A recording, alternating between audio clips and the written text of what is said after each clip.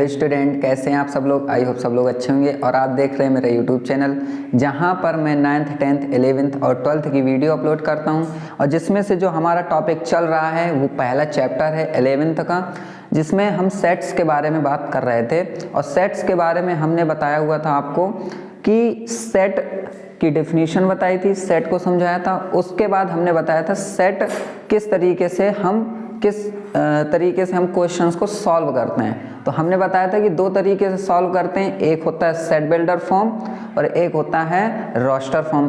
तो दोनों के बारे में भी हम बात कर चुके हैं। तो अगर आपने नहीं पढ़े हैं तो ये आई टेप बन के आ रहा है, उसमें जाइए, प्लेलिस्ट बनी हुई है, तो पहले पुराने लेक्चर देख लीजिए। उसके बाद जो मैं आज पढ़ाने वाला हूँ तो वो पढ़ेंगे तो बहुत अच्छे से समझ में आएगा। तो चलिए स्टार्ट करते हैं। तो देखिए यहाँ पर जो आज हम बात करेंगे वो बात करेंगे जो सेट्स होते हैं तो वो सेट्स के टाइप कितने होते हैं, फिर उसके बाद उसके कुछ एग्जाम्पल्स भी करेंगे, ठीक है। तो सबसे पहला जो होता है हमारा वो होता है एम्प्टी सेट।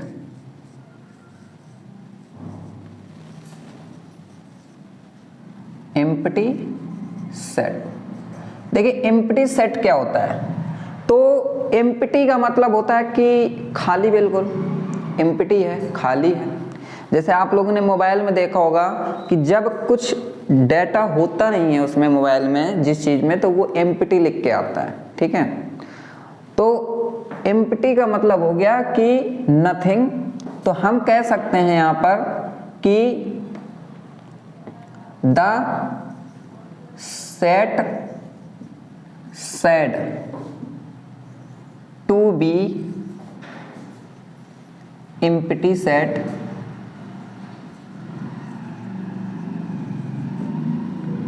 एम्प्टी सेट कह दो और नल सेट भी कह दो, ठीक है, और वॉइड सेट भी कह सकते हैं।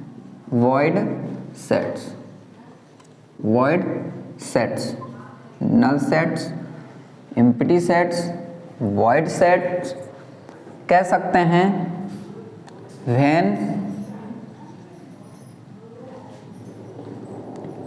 when the set said to be empty set or null set or void sets when it has no elements। मान लीजिए कि उसके पास कोई भी एलिमेंट्स नहीं है, ठीक है, एक सेट है मेरे पास, उसके पास कुछ भी नहीं है, तो हम इसको कह सकते हैं कि अभी मैं एग्जांपल्स में बताऊंगा, उससे पहले आप कह सकते हो कि नो एलिमेंट्स। फिर it is denoted by phi. हम इसको किससे डिनोट करते हैं? फाई से डिनोट करते हैं। और अगर मेरे पास एम्प्टी सेट है तो मैं कह सकता हूं कि मान लीजिए कि लिखा हुआ है इस तरीके से कि x such that x, ठीक है, x such that x square is equal to -2, ये हो गया।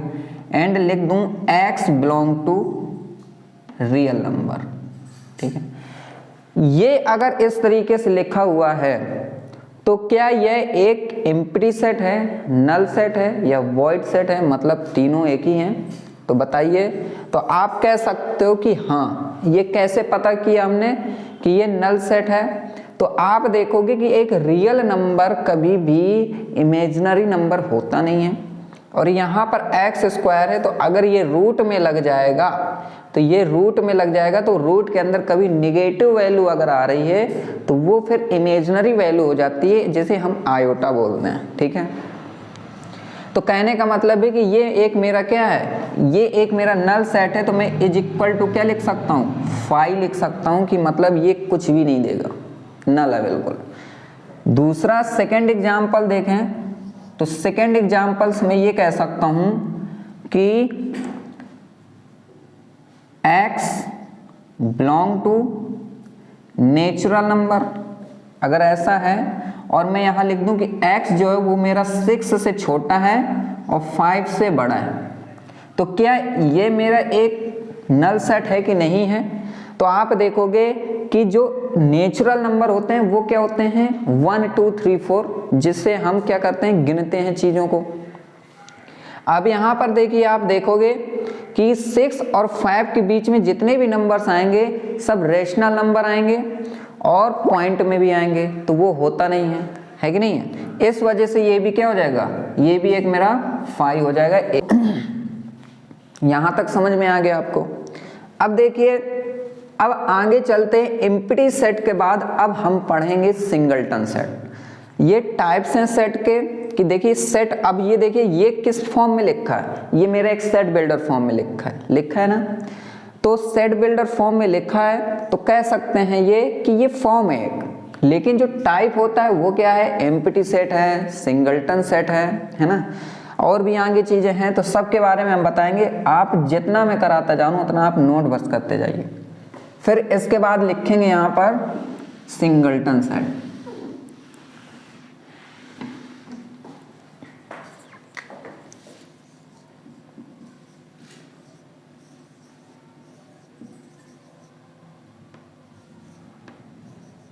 सिंगलटन सेट्स क्या होते हैं, तो आप देखोगे कि सिंगलटन कहने का मतलब है, इसके नाम से एक चीज हमें समझ में आ रही है, वो क्या कि यहाँ पर जो भी सेट होगा वो कैसा होगा, सिंगल होगा। सिंगल मतलब कि सिर्फ एक ही होगा, है कि नहीं है। तो बस वही चीज है। तो हम कैसे लिखेंगे यहाँ पर कि the set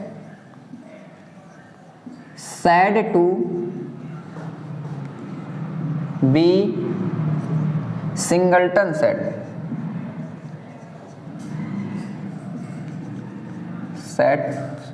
when it has only one element, ठीक है।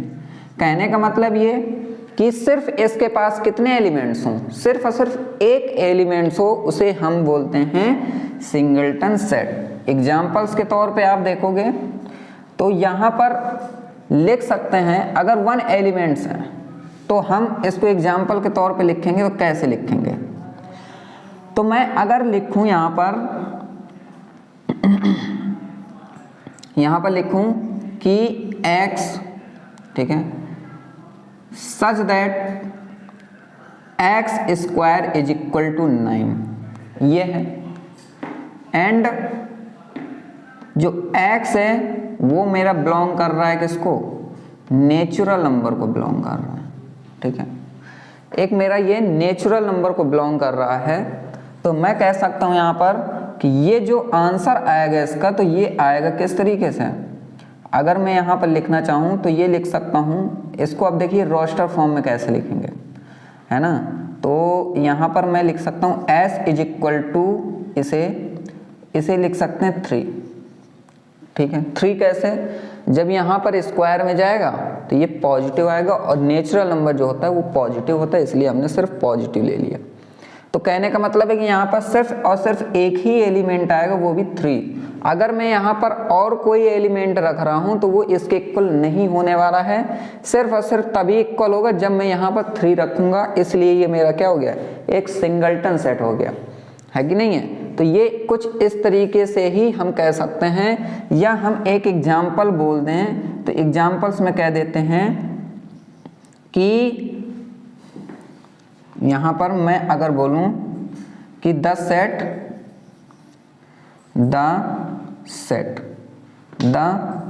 सेट्स आर containing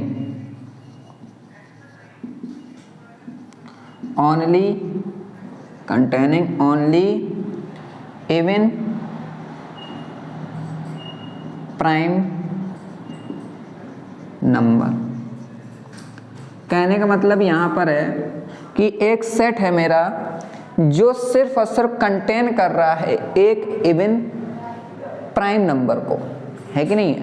अगर वो सिर्फ इवन प्राइम नंबर को कंटेन कर रहा है तो इवन प्राइम नंबर सिर्फ और सिर्फ मेरा कौन सा होता है, 2 होता है, ठीक है। तो यहाँ पर हम कह सकते हैं यहाँ पर कि इवन प्राइम नंबर हमारा कौन सा हो जाएगा, 2 हो जाएगा। तो यहाँ पर पॉजिटिव इवन प्राइम नंबर लिख लो, ठीक है। यहाँ पर क्या लिख लो, पॉजिटिव इवन प्राइम नंबर, तो हो जाएगा s इज इक्वल टू 2। सिर्फ और सिर्फ एक 2 ही एक ऐसा है जो हमारा इवन है और प्राइम नंबर है और पॉजिटिव है। तो इस तरीके के क्वेश्चंस आएंगे तो ये सिंगलटन सेट के हो जाएंगे। अब इसके बाद हम बात करेंगे फाइनाइट सेट की। एक एक सेट पढ़ते जाएंगे, कुछ एग्जांपल्स करेंगे और फिर आगे बढ़ते जाएंगे।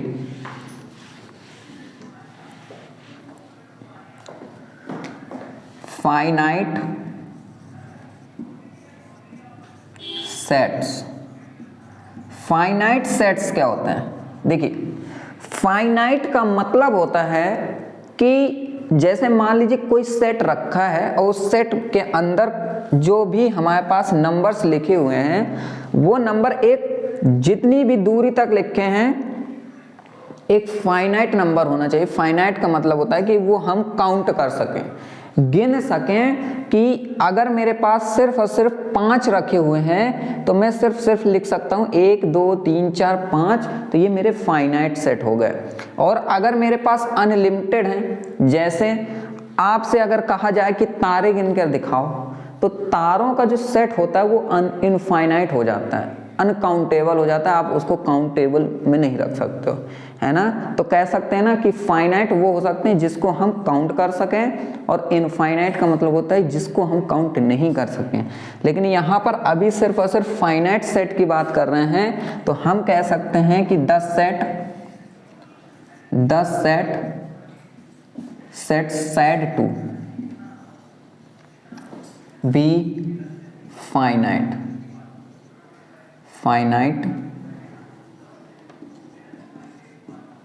sets, ठीक है।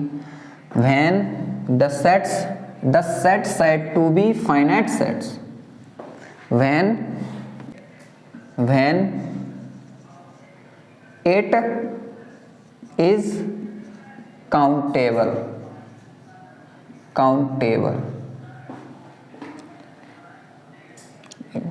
it ऐसा नहीं, when it has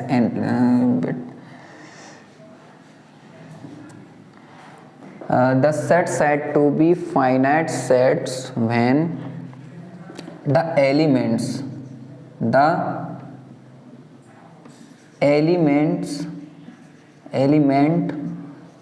of sets are countable, ये लिख सकते हैं, ठीक है, countable। The set said to be finite sets when the elements of sets are countable। कैसे? कि जैसे मैं एक एग्जाम्पल्स लिख दूं आपको यहाँ पर कि मेरे पास एक S लिखा हुआ है और वो लिखा हुआ है 1 2 3 4 5, ठीक है। तो कह सकते हैं यहाँ पर कि ये जो मेरा एक सेट है वो काउंटेबल सेट है। क्यों? क्योंकि ये 1 2 3 4 5 ऐसे जा रहा है, ठीक है। और ये अगर n टर्म्स तक भी जा रहा है, n टर्म्स तक जा रहा है, तो अगर ये n टर्म्स तक भी जा रहा है तो भी ये फाइनाइट है, बिकॉज हमें मालूम है कि ये n टर्म्स तक जा रहा है, ठीक है। अब यहाँ के बाद ये n टर्म क्या है? n टर्म्स का मतलब होता है एक नंबर्स, नेचुरल नंबर्स, जो मान लीजिए यहाँ पर कुछ भी हो सकता है, 25 हो सकता है, 100 हो सकता है, कुछ भी हो सकता है, लेकिन एक यहाँ पर फिक्स वैल्यू है कि यहाँ से वो ज़्यादा नहीं होगा। अगर यहाँ पर मैं 100 बोल दूंगा तो एक फाइनाइट है कि मुझे मालूम है कि 1 से 100 कितने नंबर्स होते हैं, तो एक फाइनाइट नंबर हो गया, ठीक है। तो ये हो जाएगा। इसके बाद यहाँ पर फाइनाइट के बाद कुछ चीज़ें हैं उसको हम लिख लेते हैं इसी के अंदर। कार्डिनल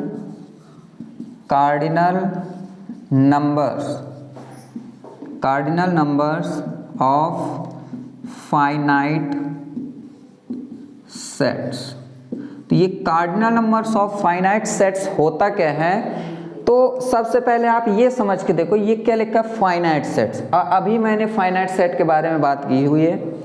तो जैसे मेरे पास फाइनाइट सेट्स हैं, मतलब कहने का ये कि जैसे मेरे पास एस है, एस में फाइनाइट ये नंबर्स हैं कि नहीं है। अब यही नंबर्स कितने हैं इसके अंदर, जितने नंबर इसके अंदर हैं वही उसकी कार्डिनल हो जाती है। जैसे मैं यहाँ पर पहले आपको डेफिनेशन लिखवा देता हूँ कि इसको ऑर्डर बोलते हैं, ये याद रखिएगा। जैसे ये है तो ये ऑर्डर होता है। अगर मैं यहाँ तक 4 तक की बात करूँ तो मेरे कितने ऑर्डर हैं, 1 2 3 4 ऑर्डर हैं मेरे पास। तो मैं यहाँ लिख सकता हूँ कि order of the set, order of the set, order of the set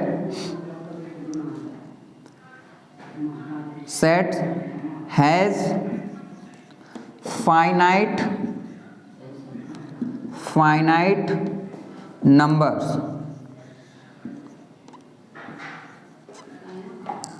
is cardinal number,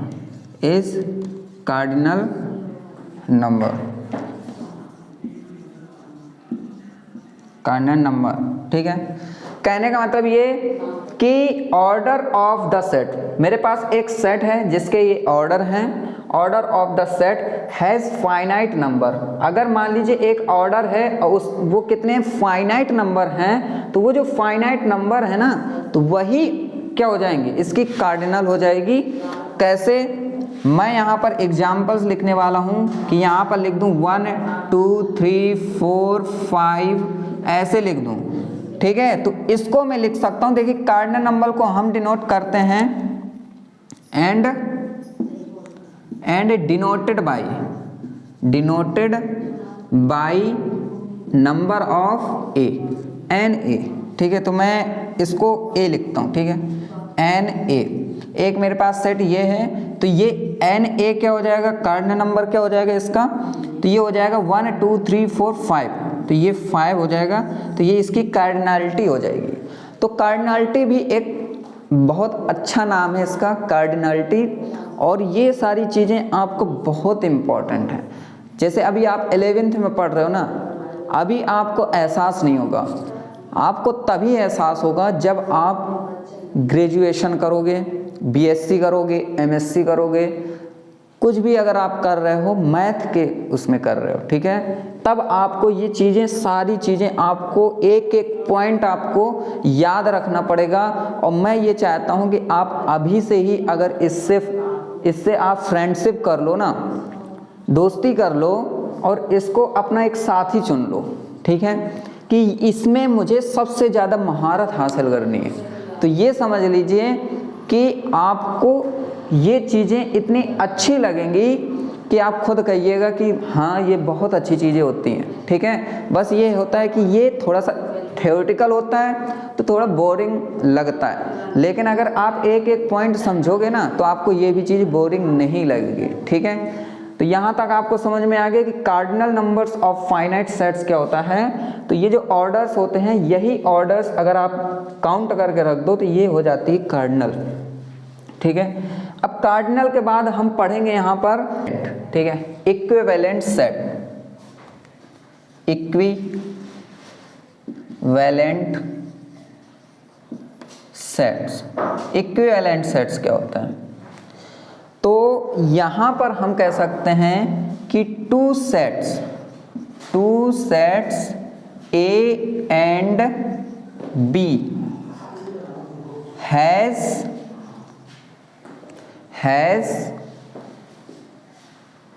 equal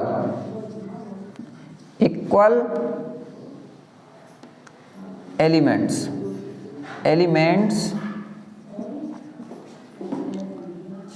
two sets A and B has equal elements, then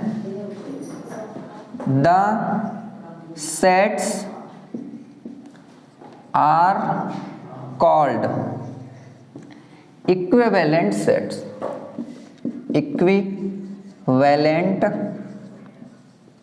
sets ये हो गया। कैसे, जैसे मान लीजिए मेरे पास ए है एक, और यहाँ पर 1 2 3 4 5 ये एलिमेंट्स हैं, और एक B है। यहाँ पर मैं कह सकता हूँ कि लिखा हुआ है, जैसे 2 लिखा है, 4 लिखा है, 6 लिखा है, 8 लिखा है और 10 लिखा है, इस तरीके से लिखा हुआ है।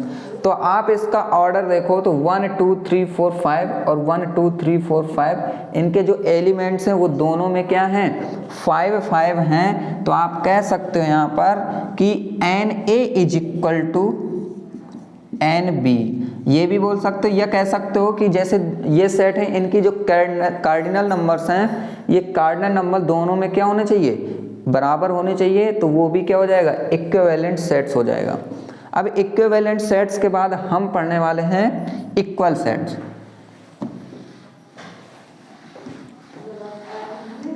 इक्वल सेट्स, देखिए इक्विवेलेंट और इक्वल सेट दोनों में बहुत अंतर है। इक्विवेलेंट में हम ये देखते हैं कि जो सेट्स है उसके नंबर्स कितने हैं, और इक्वल सेट्स में ये देखते हैं कि जो A में सेट होना चाहिए वही सेम टू सेम होना चाहिए B में। कैसे, यहाँ पर आप एग्जाम्पल्स देख लो और इसकी डेफिनेशन। इक्वल सेट्स, यहाँ पर लिखेंगे two sets A and B, और लिख सकते हैं when the member of set A in B, ठीक है, and the member of set B in A, then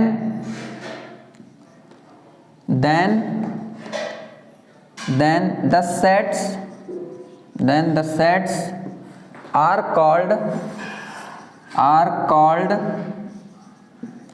equal sets। बस यहाँ पर आप ये समझ लो कि जैसे मेरे पास यहाँ पर A है और A हमारा दिया हुआ है 1 2 3 4, ठीक है, और B में भी सेम एलिमेंट्स हैं 1 2 3 4, दोनों में सेम एलिमेंट्स हैं। तो हम यहाँ कह सकते हैं यहाँ पर कि A is equal to B, ये हम लिख सकते हैं। तो ये हमारा क्या हो जाएगा, इक्वल सेट हो जाएगा। तो यहाँ तक तो आपको समझ में आ गया। तो यहीं तक हम आज पढ़ेंगे, क्योंकि यही तक हमारा टाइप्स था। इसके बाद हम आगे पढ़ेंगे, तो अगले लेक्चर में पढ़ेंगे। तब तक के लिए इतना ही, मिलते हैं नेक्स्ट लेक्चर में। Thank you very much and good bye.